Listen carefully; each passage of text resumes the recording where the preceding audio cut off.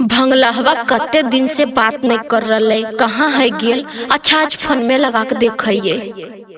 दिल लागल बा हमारे सखी रे ड्राइवरवा से। हेलो के राजा जी? नहीं, हम खलासिया बोल रही हो के भौजी? हाँ हम भौजी बोल रही हो। तो के निपुटिवा बोलो हो जी? हाँ भौजी। अरे तनिक भैया के देहो तो बात करे खे। अच्छा देहियो। ए उस्ताद, उस्ताद हो। अरे की होलो मर्दे? हला भौजी फोन कैल कौन किजन की को आखो। हेलो राजा जी। हाँ बोल धनी, बोल की बात हो? कहाँ हो जी? हम तो भी रामगढ़ में। धनी बोल की बात हो? आइन जी, कभी तो रामगढ़ में, रांची में, हजारीबाग में, तो हमार शौक सिंगार के पूरा करते जी। हम जाइयो नहर।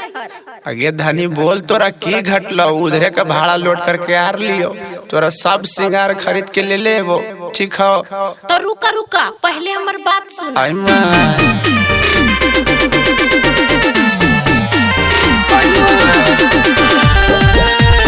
Music by Sarfaraz Nawada.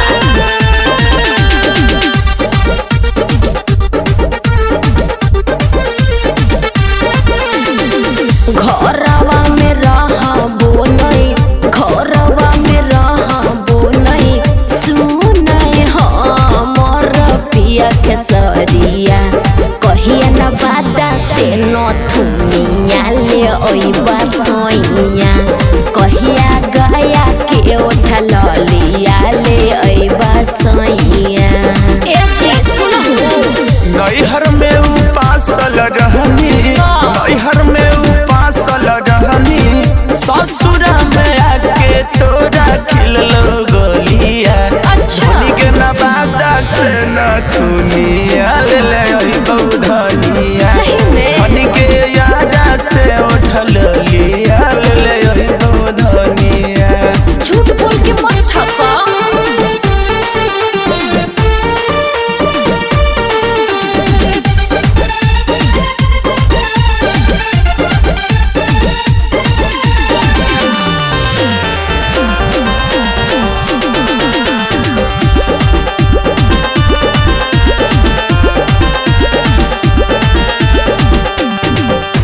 बात खाली कैला से भरते नहीं मन जी, घरबा में छोड़ के गैला सुनर जैसन धन जी। ए जी कैसे छोड़ के चल गइल हो? मजदूर किसान ही है, चला वही गाड़िया है, तोरा पसंद के मोती लागल बसड़िया है। टेंशन नहीं ली है, सुनई के धनी सिकंदरा से सिकड़िया ले ले ओइबो धनिया।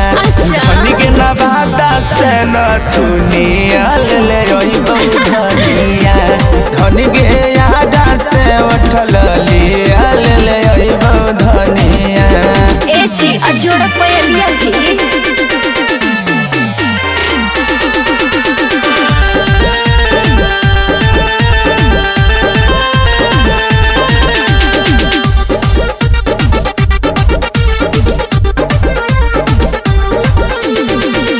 ड्राइवर से शादी करके फूट गेल करम जी, तोड़ देव मंटू अमन नारी वाला धर्म जी। ए जी हमर तो करम में फूट गेलो। देह में छुट्टी मालिक पैसे है बहरा से, ज्यादा जल्दी हकोगे धनी मंगा ले देवरा से। टाइम दे भीता सुनई के धनी, कौआ कोला से बिछियो ले ले ओइबो धनिया। धनी के नवादा से नथुनिया ले ले ओइबो धनिया, धनी के झाझा से झुलनिया ले ले ओइबो धनिया। अच्छा ठीक है, लखीसराय के लहंगो ले लेबो। अच्छा ठीक है, को ले आबा।